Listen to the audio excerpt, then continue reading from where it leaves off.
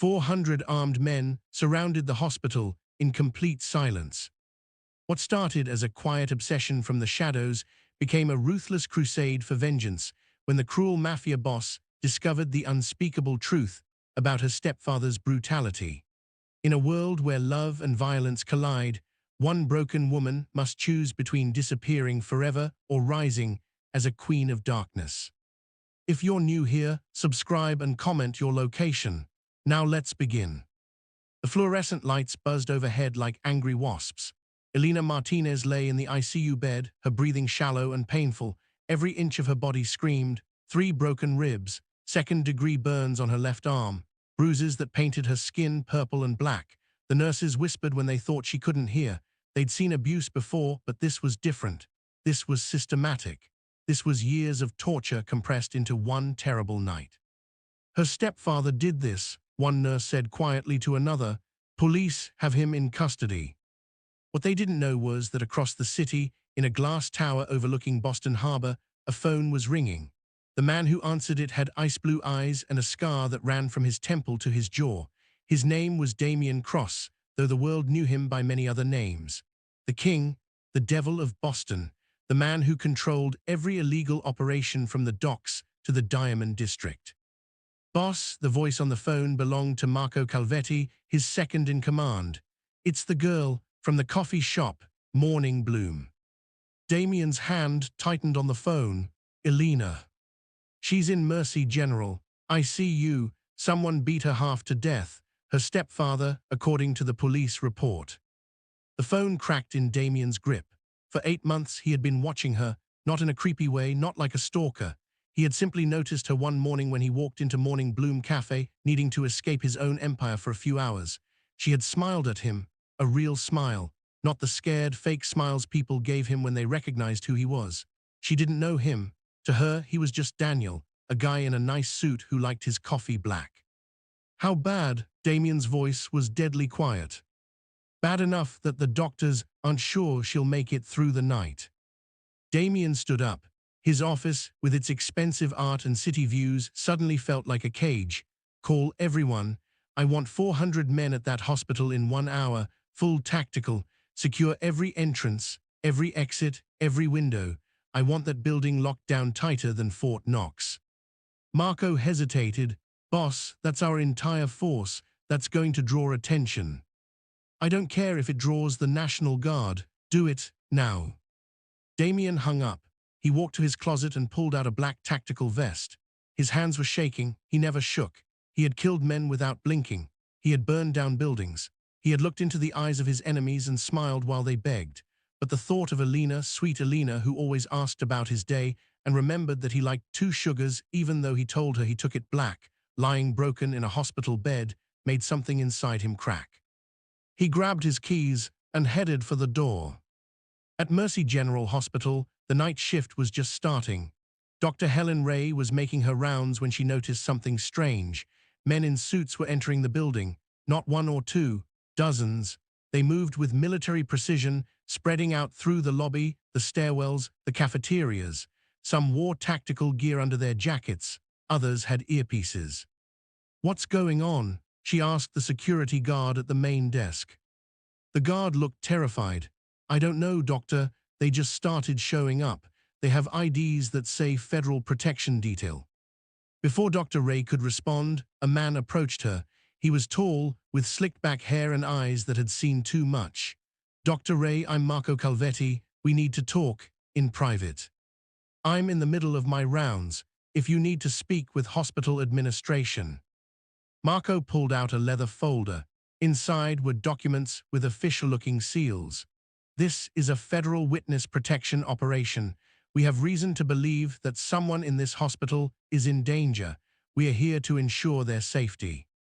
Dr. Ray's eyes narrowed. These documents looked real, but something felt wrong. Which patient? Elena Martinez, ICU, room 304.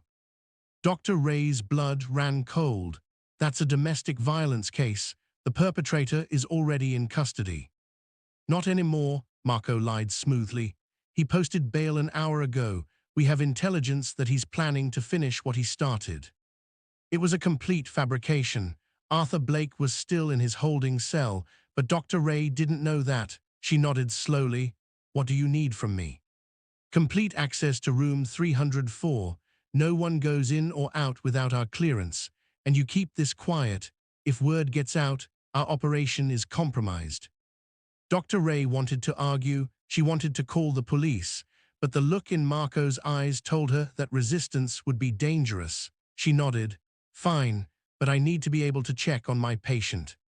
"You'll have access. Just clear it with us first." As Marco walked away, Dr. Ray pulled out her phone. Her finger hovered over the 9 in 911. Then she put the phone away. Something told her that calling the police would only make things worse. By midnight, Mercy General Hospital was no longer a hospital. It was a fortress. 400 men in tactical gear and expensive suits had transformed it. They stood at every corner. They watched every camera feed. They had even placed snipers on the roof of the adjacent parking garage. The night staff whispered nervously. Visitors were politely but firmly turned away at the entrances. In the underground parking lot, a black SUV pulled up. Damian Cross stepped out. He was dressed in all black, his face a mask of controlled rage. Marco met him at the elevator. "Status?" Damian asked. "Building is secure. No one in or out without our say-so. The girl is stable but critical. Doctors say the next 48 hours are crucial." Damian didn't respond. He just walked into the elevator. Marco followed. They rode in silence to the 3rd floor. When the doors opened, 2 of Damian's men stood guard outside room 304. They nodded and stepped aside. Damian entered the room alone. The machines beeped softly. Elena lay in the bed, so small and broken, tubes ran from her arms. A ventilator helped her breathe. The left side of her face was swollen and bruised. Her left arm was wrapped in bandages from the burns. Damian pulled a chair to her bedside and sat down. He reached out and gently took her right hand, the one that wasn't burned. Her skin was cold. "I'm sorry," he whispered. "I'm so sorry I wasn't there." For 8 months, he had watched her from a distance. He knew her routine. She opened the cafe at 5 in the morning. She worked until 2 in the afternoon. Then she would rush to the hospital where her younger sister Sophie was being treated for leukemia. She would stay there until visiting hours ended. Then she would go home to the small apartment she shared with her mother and her stepfather. Damian had wanted to approach her properly, to ask her out on a real date. But how could he? How could he tell her that he was the most dangerous man in Boston, that his hands were stained with blood, that loving him would put her in danger? But someone had hurt her anyway, her own stepfather, the man who was supposed to protect her. Damian's jaw clenched. He looked down at Elena's bruised face and made a promise. "He will never hurt you again, I swear it, whatever it takes." He sat there for hours, just holding her hand and watching her breathe. The nurses came and went, but they didn't dare ask him to leave. One look at his face was enough to tell them that he wasn't going anywhere. Across the city, in the holding cells beneath the police station, Arthur Blake sat on a hard bench and smiled. He'd been through this before, many times. His brother-in-law, Drake Morrison, was a cop, a dirty cop who owed Arthur favors. Drake always made the charges go away, always made sure Arthur walked free. This time would be no different. The door to the holding area opened. Arthur looked up, expecting to see Drake or maybe a public defender. Instead, 3 men in expensive suits walked in. They didn't look like lawyers, they looked like executioners. The lead man was huge, with shoulders like a linebacker and knuckles that were scarred from fighting. His name was James Volkov, and he was Damian Cross's chief enforcer. The 2 men with him were David Chen and Paul Russo, both of whom had reputations that made hardened criminals wet themselves. "Arthur Blake?" James asked, though he already knew the answer. Arthur stood up, trying to look tough. "Who's asking?" James smiled. It was not a friendly smile. "We're here to have a conversation about your stepdaughter." Arthur's confidence faltered. "I want my lawyer." "You'll get one, eventually, but first, we're going to talk." James pulled out a folding chair and sat down backwards on it, his arms resting on the back.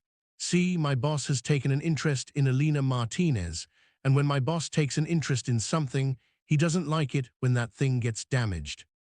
Arthur's face went pale. I don't know what you're talking about. Paul stepped forward and pulled out his phone. He showed Arthur a photo. It was Elena in the ICU, covered in bruises and burns. This is what you did. Don't insult us by lying. Arthur's hands started to shake. Look, it was an accident. She fell down the stairs. I tried to help her and... David laughed. It was a cold, mirthless sound. She fell down the stairs, right, and gave herself second-degree burns too. Amazing what stairs can do these days. James leaned forward. Here's how this is going to work, Arthur. You're going to sign a confession, a full confession, every time you hit her, every time you burned her, every threat you made, all of it. I'm not signing anything without my lawyer. Your lawyer, James said slowly, is your brother-in-law Drake, right? The cop who's been covering for you for 15 years. Arthur's eyes widened. How did they know about Drake? Drake's not coming, Paul said. See, Drake had a little accident tonight. Fell down some stairs himself. Broke both his legs. He's in the hospital right now. Different hospital, of course. We wouldn't want him anywhere near Elena. Arthur backed up against the wall. You can't do this. This is illegal. I have rights. James stood up slowly, all 6 feet 4 inches of him. He walked over to Arthur until they were inches apart. Let me explain something to you. My boss owns this city. He owns the cops. He owns the judges. He owns the prisons. And right now he is very, very angry. So angry that he's willing to let you live if you cooperate. But if you don't, James leaned in close. There are things worse than death, Arthur. Things that happen to men like you in prison. Men who hurt women. Men who hurt children. And my boss has friends in every prison in this state. Friends who would love to meet you. Arthur's legs gave out. He slid down the wall and sat on the floor. What do you want? David pulled out a thick stack of papers. Sign these. It's a full confession. 17 pages. Every detail of what you did to Elena, her mother before she died, and the 3 foster kids who lived with you before that. How do you? We know everything, Arthur. We've been digging into your life for the past 6 hours. We know about the broken arm you gave Elena when she was 12. We know about the cigarette burns when she was 14. We know how you took all the money she saved for college and spent it on gambling. We know it all. Arthur looked at the papers. His whole body was shaking now. If I sign this, I'll go to prison for years. You're going to prison anyway, James said. The only question is whether you go as a cooperative witness or as fresh meat for the wolves. Sign, and you'll be in protective custody. Don't sign, and well, we'll make sure everyone in your cell block knows exactly what you did. What do you think happens to child abusers in prison, Arthur? Arthur grabbed the pen with shaking hands. He started signing, page after page after page. His tears smudged the ink on some pages, but he kept signing. When he was done, all 17 pages, he looked up at the 3 men. She'll be safe now, Arthur asked, his voice broken. James took the papers. From you, absolutely, you'll never see her again. The 3 men walked out of the holding cell. Behind them, Arthur Blake curled up on the bench and started to cry. He knew his life was over, but more than that, he knew that whatever happened to him in prison, he deserved it. Back at the hospital, dawn was breaking. Damien had not moved from Elena's bedside. His hand still held hers. The night nurses had tried to make him leave during shift change, but one look from Marco, who stood guard outside the door, made them reconsider. Dr. Ray came in for her morning rounds. She checked Elena's vitals, adjusted the IV, and made notes on her chart, all while Damien watched her like a hawk. She's stable, Dr. Ray said quietly. Her body is responding well to treatment. If she makes it through today, her chances improve significantly. She'll make it, Damien said. It wasn't hope, it was a command. Dr. Ray looked at this man who had taken over her hospital with an army. She should be afraid, she should be outraged. But when she looked at how gently he held Elena's hand, how his eyes never left her face, she felt something else. Pity, maybe, or understanding. Who are you to her? Dr. Ray asked. Damien was quiet for a long moment. I'm the man who should have protected her. You can't protect everyone. I should have protected her. His voice was hard, final. Dr. Ray left the room without another word. Outside in the hallway, Marco was on the phone.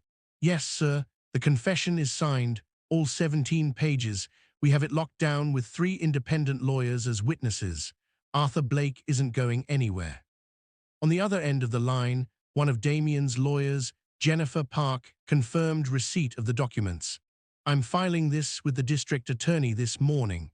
With this confession, he's looking at a minimum of 25 years, maximum of life without parole. Good, Marco said. Keep me updated. He hung up and looked through the window at his boss. Damien Cross, the man who had built an empire on fear and violence, sat holding the hand of a coffee shop waitress like she was made of glass. Marco had worked for Damien for 12 years.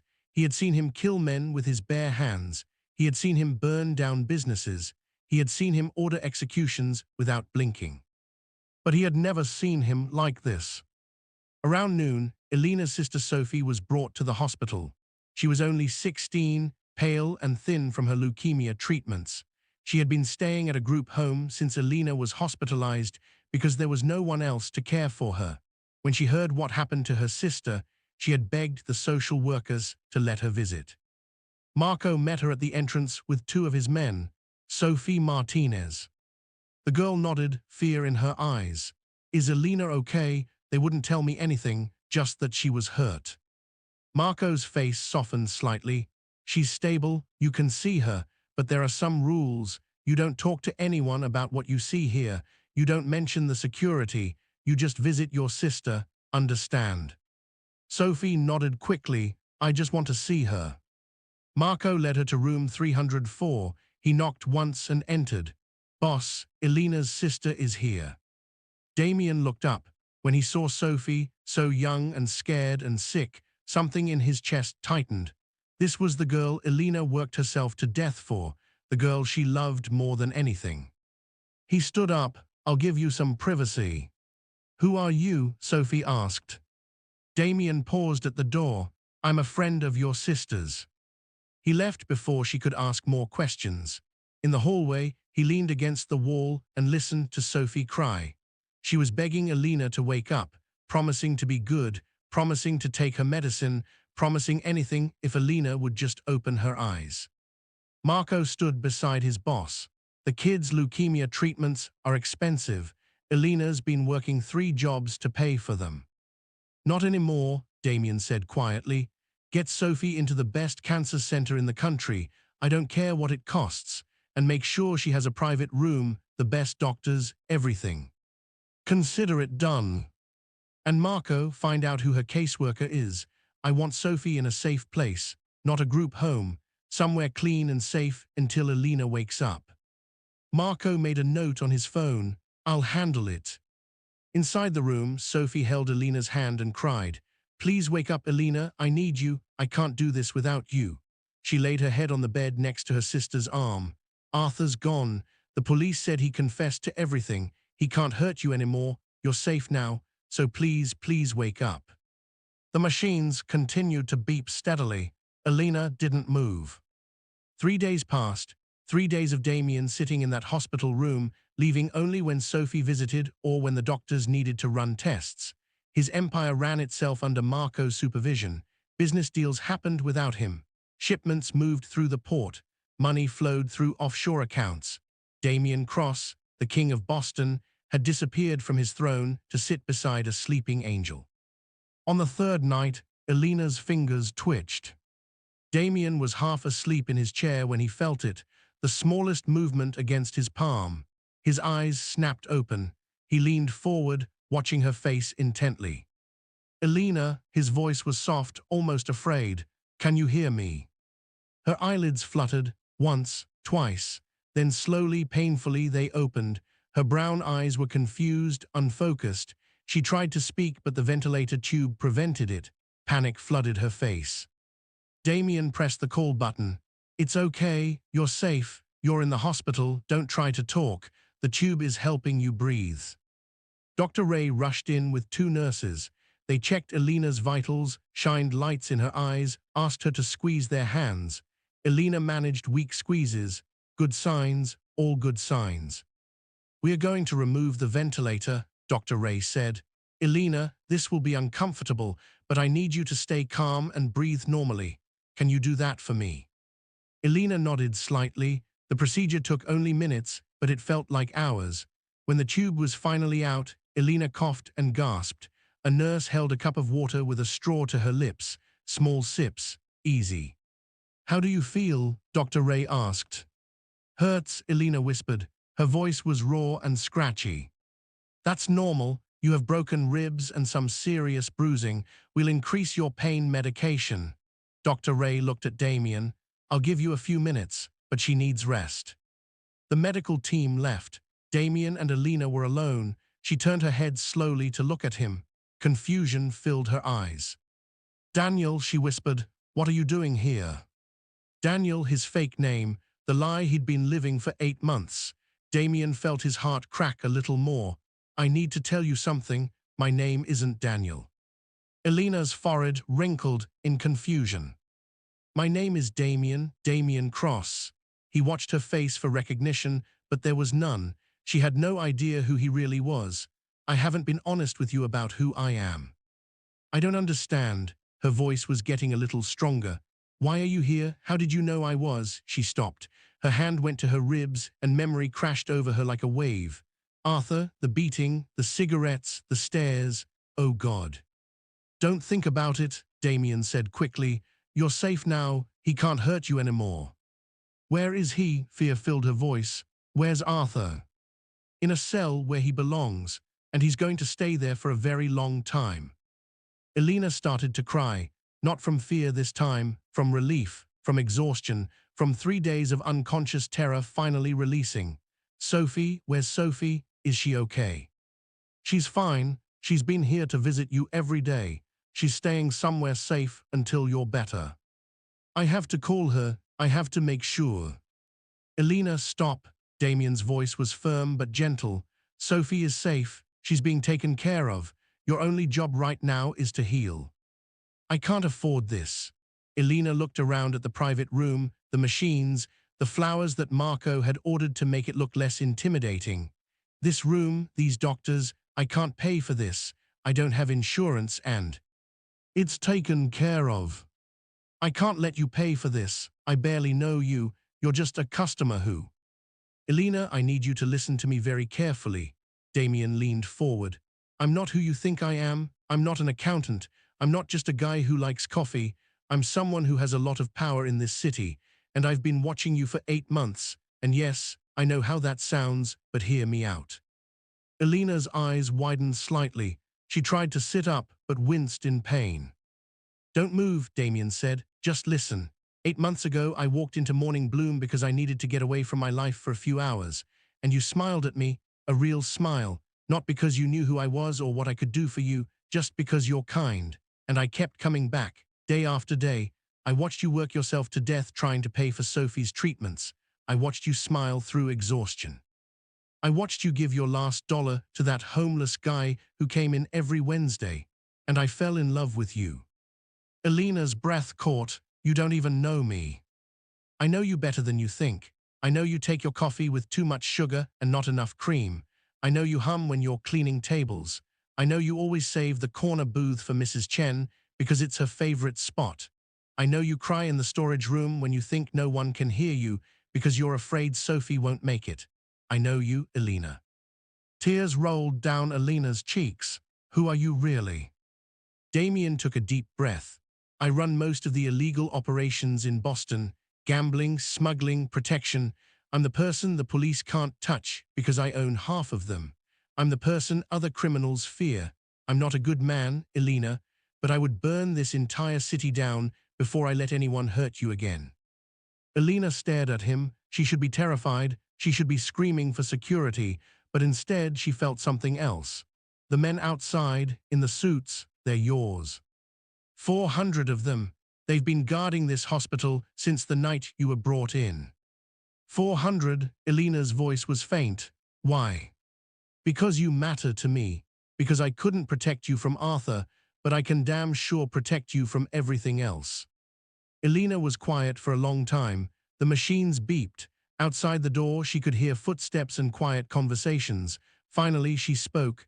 Arthur confessed. Really? Every single thing he ever did to you, signed 17 pages. His trial is in 2 weeks, but with his confession, it's just a formality. He's going away for 25 years minimum. He had friends, cops who protected him. Not anymore. Those cops have suddenly decided to cooperate with internal affairs. Funny how that works when their secrets start becoming public. Elena looked down at her bandaged arm. I'm so tired of being afraid. You don't have to be afraid anymore. What do you want from me? Elena asked. Why are you telling me all this? Damien stood up and walked to the window. Dawn was breaking over Boston. The city was waking up, unaware that its king had spent the last 3 days in a hospital room. I'm telling you because you deserve the truth, and because I'm going to give you a choice, 3 options. Elena waited. Option 1, I give you a new identity, $10 million in cash, and you disappear. You and Sophie start over somewhere far away from here, somewhere safe. I'll make sure Arthur never finds you, even when he gets out in 25 years. You'll never see me again. Elena's heart twisted. What's option 2? You stay here, you go back to your life. I'll protect you from the shadows like I should have been doing all along. Sophie gets the best medical care money can buy. Your apartment becomes safe. You never have to worry about money or danger again. But we stay what we were, customer and waitress, nothing more. And option 3. Damien turned to face her. His ice blue eyes met hers. You step into my world, you stand beside me, not as a victim, not as someone I protect from a distance, but as my partner, my equal. You learn what I do, you help me run my empire, you become powerful in your own right. And yes, it's dangerous. Yes, there will be people who want to hurt you to get to me, but you'll never be helpless again, you'll never be afraid again. Elena's mind was racing. A week ago, she was pouring coffee and worrying about Sophie's next round of chemotherapy. Now a crime lord was offering her 3 different futures. I need time to think. Take all the time you need. I'm not going anywhere. The door opened. Marco stuck his head in. Boss, sorry to interrupt, but we have a situation at the docks. Damien's jaw tightened. Handle it. It requires your approval. The Russians are. I said handle it. Damien's voice was ice. I'm not leaving this room. Marco's eyes widened slightly. In 12 years, Damien had never refused to handle business. Ever. Understood, boss. He left quickly. Elena watched this exchange. She saw the power in Damien's voice, the immediate obedience from Marco. This was real, all of it. You really would stay here instead of running your empire. My empire can wait, you can't. Over the next week, Elena healed slowly. The broken ribs ached with every breath. The burns on her arm were healing but would leave scars. Doctor Ray said she was lucky to be alive. Arthur had beaten her so severely that her spleen had ruptured. They'd had to remove it in emergency surgery. Sophie visited every day after school. The girl looked healthier than Elena had seen her in months. Her skin had more color, her eyes were brighter. They started me on a new treatment, Sophie said excitedly during one visit. Dr. Patel says it's the newest thing, super expensive, but apparently someone is paying for it. She looked at Elena meaningfully. Elena glanced at Damien, who was pretending to read a newspaper in the corner. He'd barely left her room all week, except for a few hours each night to shower and change clothes.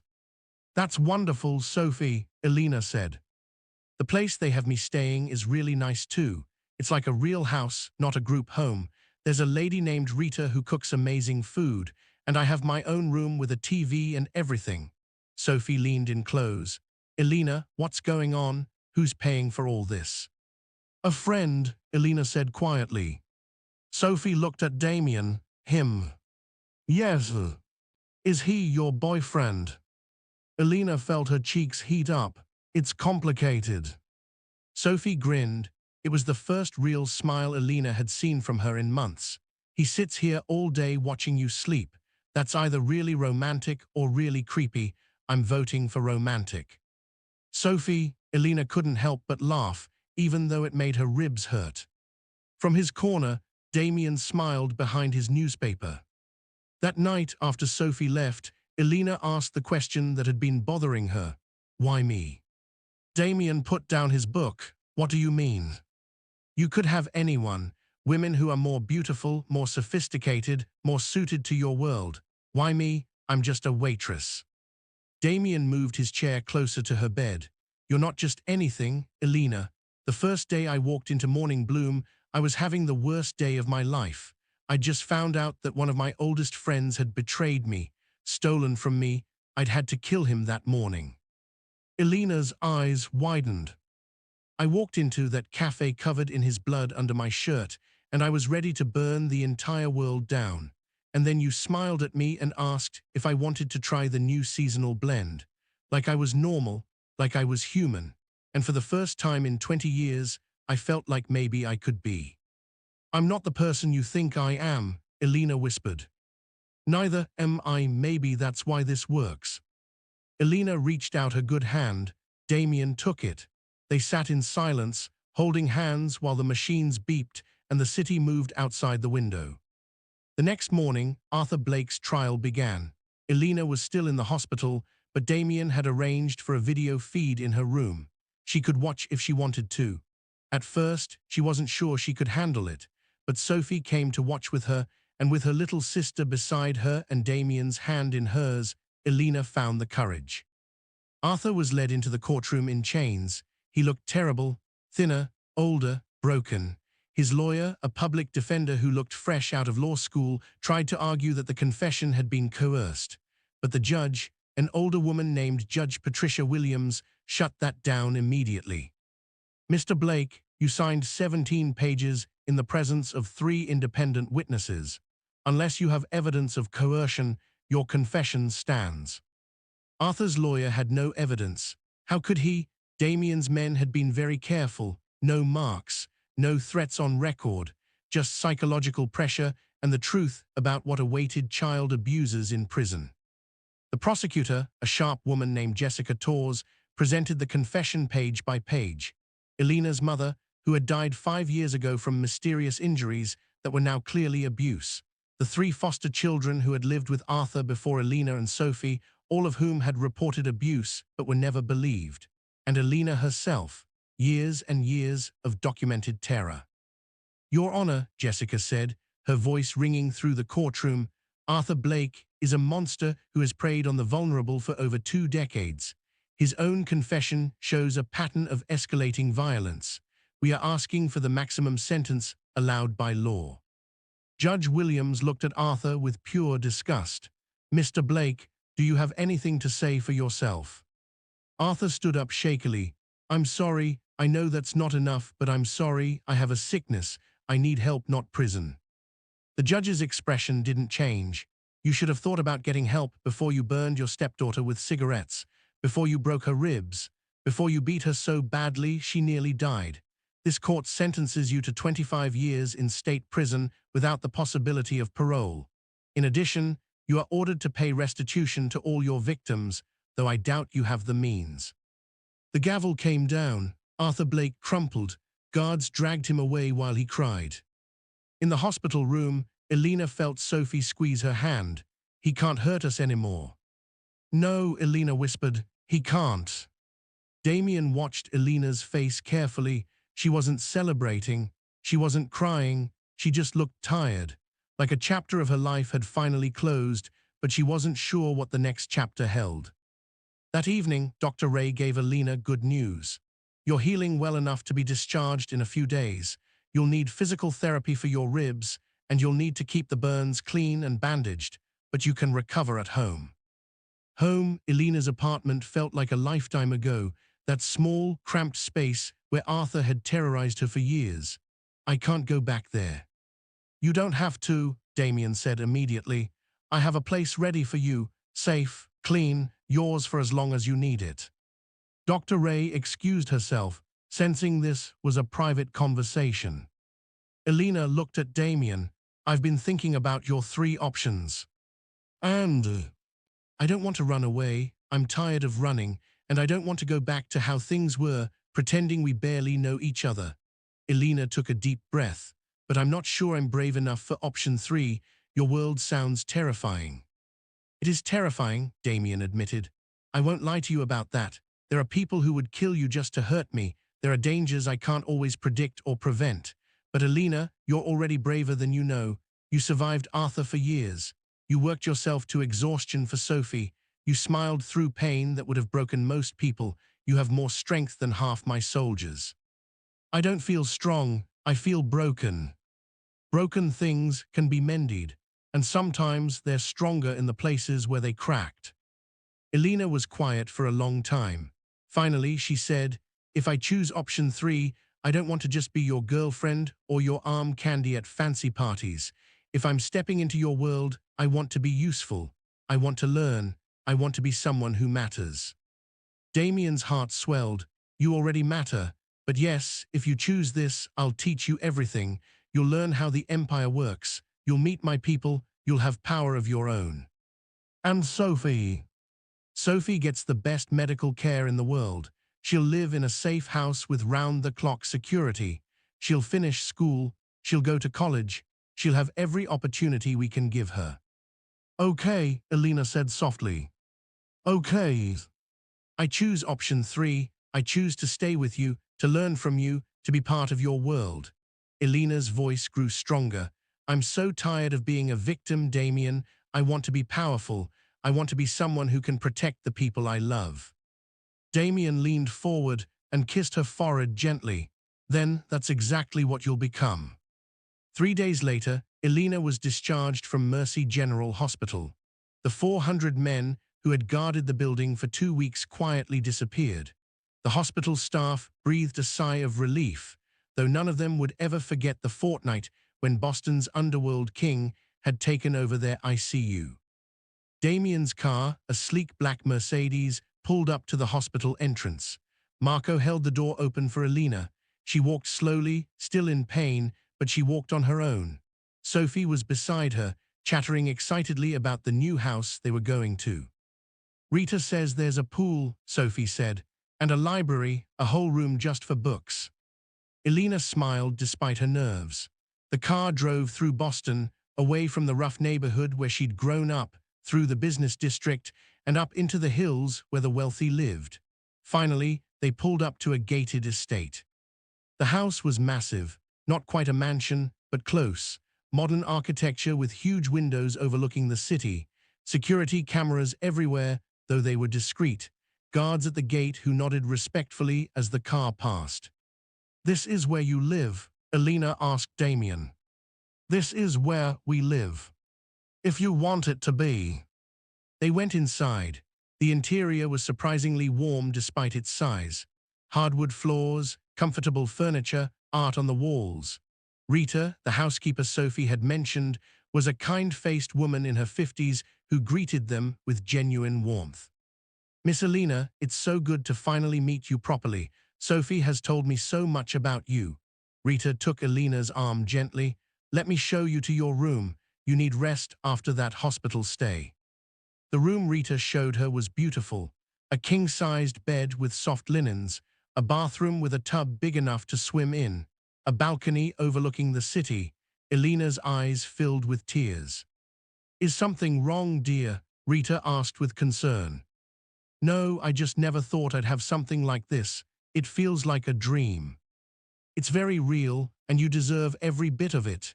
Rita patted her hand. Now rest. I'll bring you some soup in a bit. You're far too thin. Elena lay down on the bed. It was so soft, so safe. She fell asleep within minutes. When she woke, it was evening. The room was dark except for the city lights coming through the window. She sat up slowly, her ribs protesting. Someone had left a tray of food on the bedside table. Soup, bread, and tea, still warm. Elena ate slowly, thinking about everything that had happened. A week ago, she was being beaten half to death. Now she was in a mansion, protected by one of the most dangerous men in Boston, choosing to step into a world she didn't understand. There was a soft knock on the door. Come in, Elena called. Damien entered, carrying 2 cups of coffee. I made it the way you like it, too much sugar, not enough cream. Elena smiled. You remembered. I remember everything about you. He handed her a cup and sat in the chair by her bed. How are you feeling? Saw confused, scared, hopeful, all of it at once. That's fair, Damien sipped his coffee. I want to show you something tomorrow, if you're feeling up to it. What? How my empire works. I want you to see it all. The good, the bad, and the ugly. Before you fully commit to this life, you should know exactly what you're getting into. Elena nodded. Okay, show me. The next morning, Marco drove them to the docks. The sun was just rising over Boston Harbor. Huge cargo ships were being unloaded by cranes and workers. It looked like any normal shipping operation, but Damien pointed out the details. That ship there, the blue one, is carrying legal goods, electronics from China, all above board. But see the red ship 2 berths down, that's carrying our merchandise, weapons, stolen goods, sometimes people who are trying to get into the country illegally.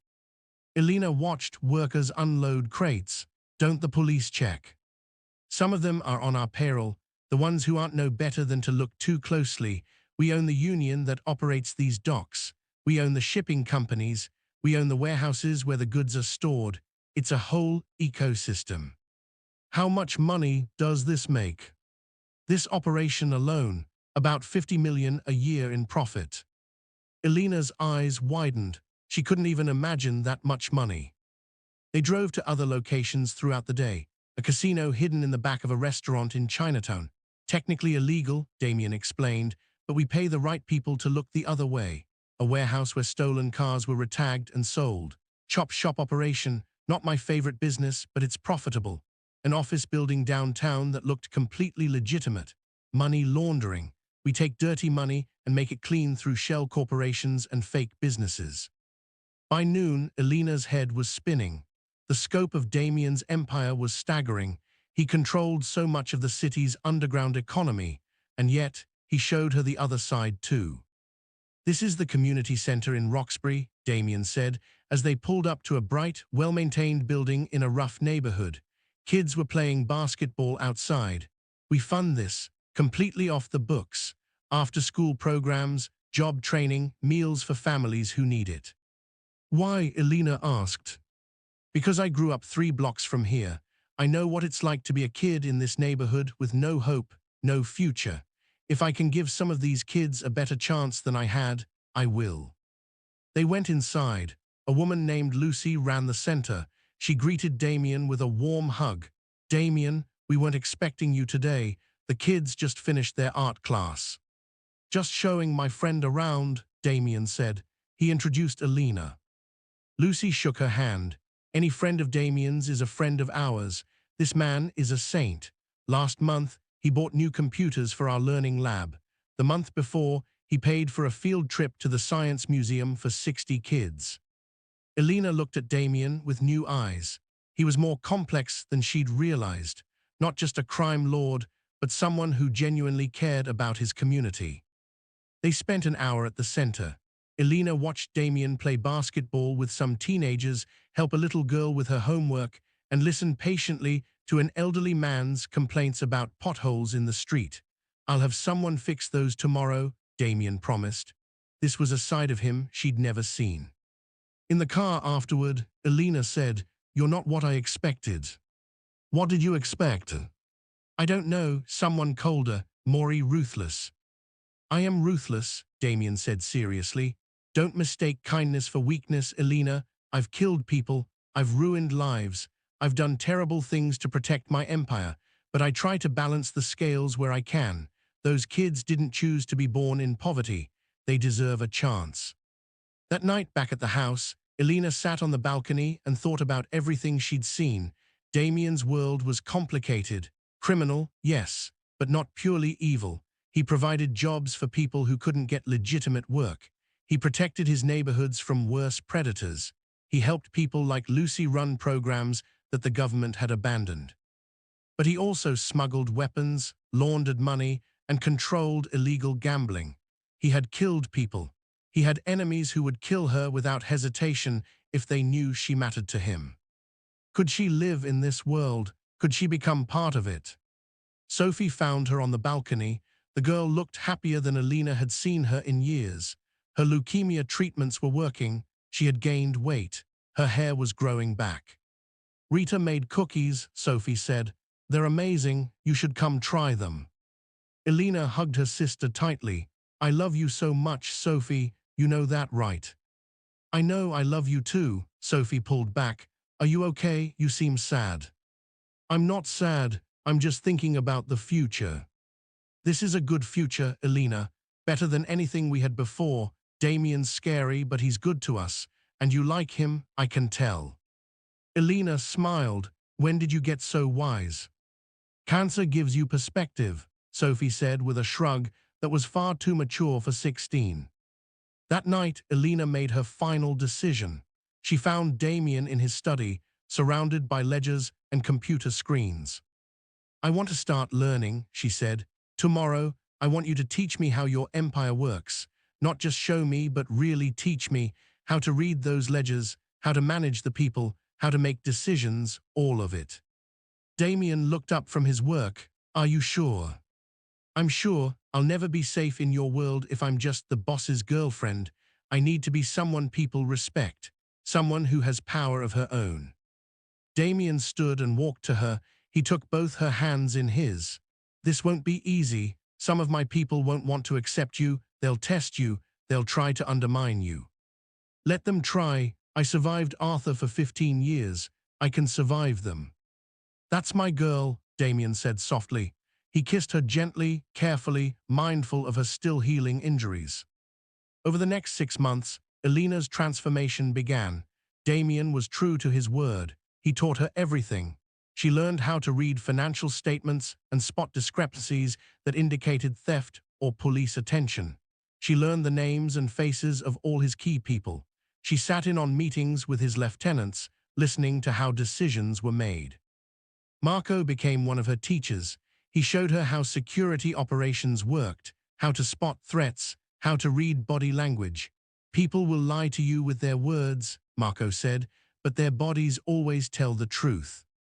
Rita taught her other skills, how to host dinners for Damien's business associates, how to dress for different occasions, how to present herself with confidence even when she felt uncertain inside.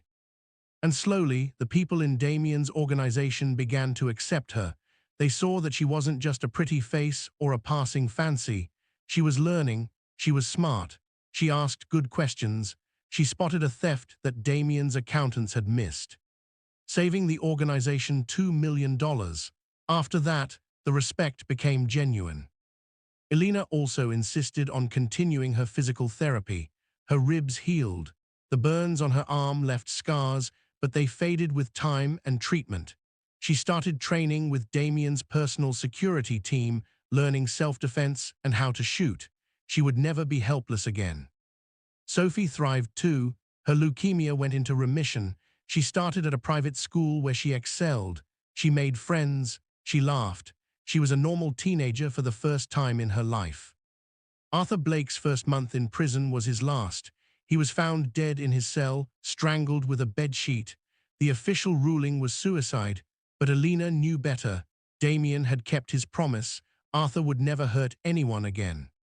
6 months after leaving the hospital, Elena stood on the balcony of Damien's penthouse overlooking Boston.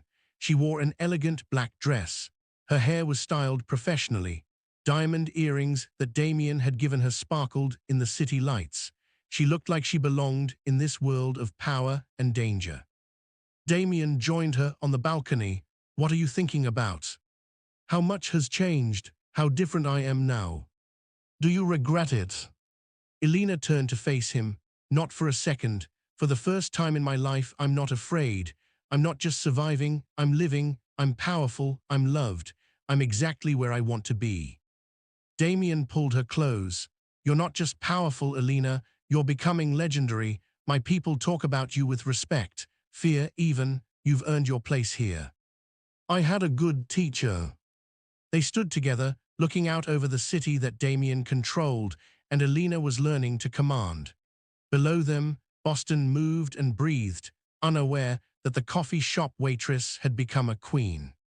Inside the penthouse, Marco appeared at the balcony door. "Boss, Elena, we have guests arriving for dinner in 30 minutes. "We'll be ready," Elena said confidently. She'd hosted a dozen of these dinners now. Business associates, politicians, judges, people who needed to see that Damien Cross had someone formidable by his side. As they went inside to prepare, Damien took Elena's hand. "I have something for you." He led her to his study and opened a safe. Inside was a small velvet box. Elena's heart started racing, but when Damien opened it, it wasn't a ring, it was a key. "What's this?" "The key to the vault at the main warehouse. Only 3 people have this key, me, Marco, and now you. This means you're not just my partner in life, Elena, you're my partner in business, my equal. If something happens to me, you'll have everything you need to keep the empire running." Elena stared at the key. This was more than a symbol. This was real power, real trust. "Damien, I don't know what to say." "Say you'll stand with me through everything, the good, the bad, and the dangerous." Elena took the key. She met his eyes. "I will, always." They kissed, not the gentle, careful kisses of the hospital room, but passionate and fierce and full of promise. That night, Elena hosted her most important dinner yet, a meeting with the heads of 3 other crime families to negotiate territory agreements. She sat beside Damien at the head of the table, wearing her black dress and her diamond earrings and her new confidence like armor. The other bosses had been skeptical at first. A woman at the table, a former waitress, but Elena spoke with intelligence and strength. She'd studied the territories in question.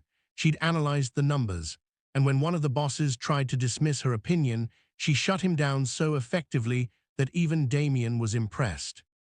"Mr. Volkov, with respect, your proposed split gives you 70% of the port revenue while assuming only 40% of the security costs. That math doesn't work. Either you take 50-50 on both revenue and costs, or we walk away from this deal and you handle the Russian mob's expansion on your own." The room went silent.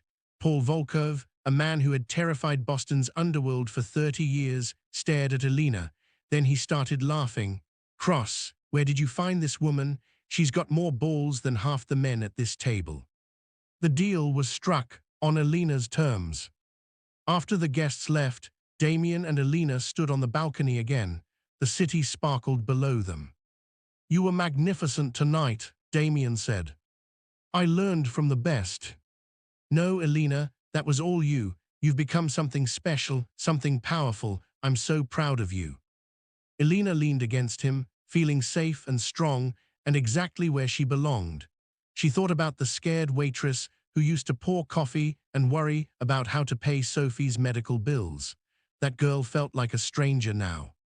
She'd been broken by Arthur, shattered, really, but Damien had helped her put the pieces back together.